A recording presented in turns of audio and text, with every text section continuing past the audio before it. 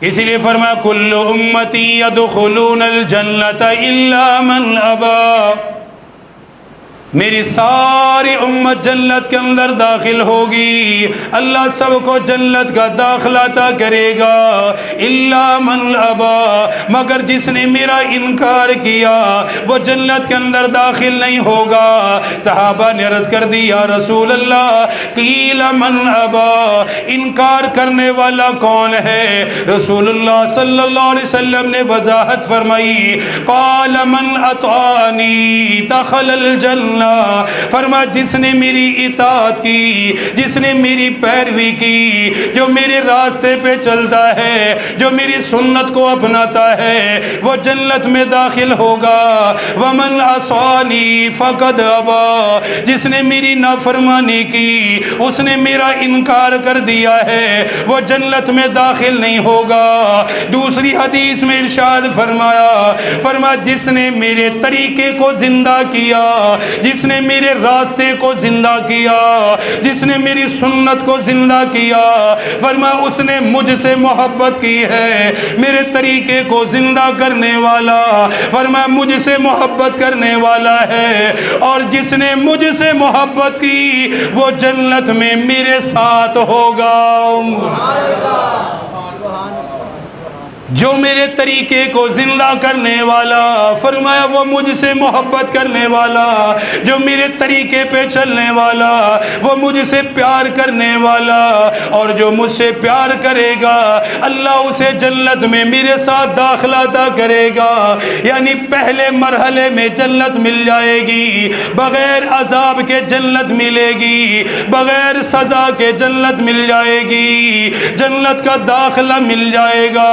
ایک اور حدیث میں فرمایا من تمسک بسنتی عند فساد امتی، فرمایا اختلاف کے زمانے میں، فتنے فساد کے زمانے میں جس نے میری ایک سنت کو زندہ کیا، ایک سنت کو بھی اپنایا، اللہ 100 شہیدوں کا ثواب عطا کرے گا۔ ایک سنت کو زندہ کرنے والا 100 شہیدوں کا ثواب ملے گا۔ سنت کو زندہ کرنے والا وہ اللہ کے نبی سے محبت کرنے والا ہے، سنت کو زندہ کرنے والا جنت میں حضور کے ساتھ داخل ہوگا۔ سنتوں کو زندہ کرنے والا وہ ہے ہر معاملے میں اللہ کے نبی کو یاد رکھا کرو، دماغ میں حاضر رکھا کرو، میں بستر سے اٹھ رہا ہوں، اٹھنے کا ٹائم ہو گیا، میرے محبوب صبح بیدار ہوتے آقا کی سنت کیا تھی، آقا کا مبارک طریقہ کیا تھا، مجھے جوتیاں پہننی ہے، میرے آقا کا مبارک طریقہ کیا تھا، یہ سنت کو زندہ کرنے والا ہے، مجھے کپڑے بدلنے کی حاجت ہے، میرے آقا کپڑے کیسے بدلتے تھے، دماغ میں اس چیز کو حاضر رکھنا، اس کے مطابق عمل کرنا، یہ سنت کو زندہ کرنے والا ہے۔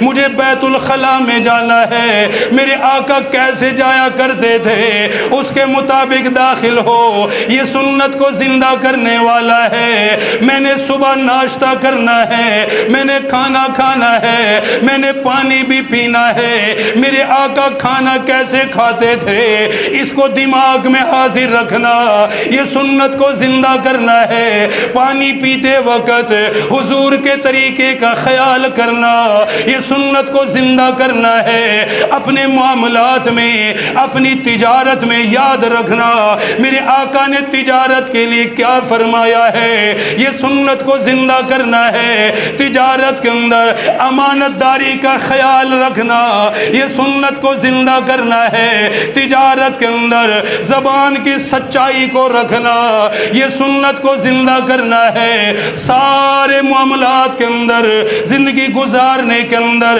حضور کے طریقے کا خیال کرنے والا، یہ سنت کو زندہ کرنے والا ہے۔ جس نے سنت کو زندہ کیا اللہ جنت میں حضور کے ساتھ داخل فرمائے گا۔ ایک لفظ جو حدیث میں جس نے میری سنت زندہ کی، یہ میں لفظ بھی بار بار بول رہا ہوں، زندہ کی مطلب کیا ہے کہ وہ چیز عمل میں ہے، اس کو چھوڑ دینا وہ ایسا ہی ہے جیسے کوئی چیز مر گئی ہے، ختم ہو گئی ہے، زندگی سے نکل گئی ہے وہ۔ اگر وہ زندگی میں ہے، فرمایا یہ زندہ ہے، اس کے اندر یہ کام زندہ ہے، اگر اس کو نہیں کرتا اس کی زندگی سے نکل گیا، وہ خارج ہو گیا۔ جو جو دن کے ضروری کام ہیں آج صرف آپ سے یہ درخواستیں کرو گے انشاءاللہ، سنت کے مطابق کرو گے۔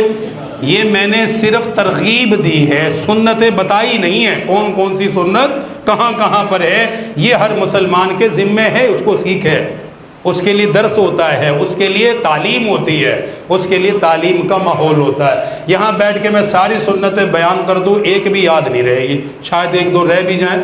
اصل کیا ہے؟ سیکھنا کسی سے کہ مجھے حضور کا طریقہ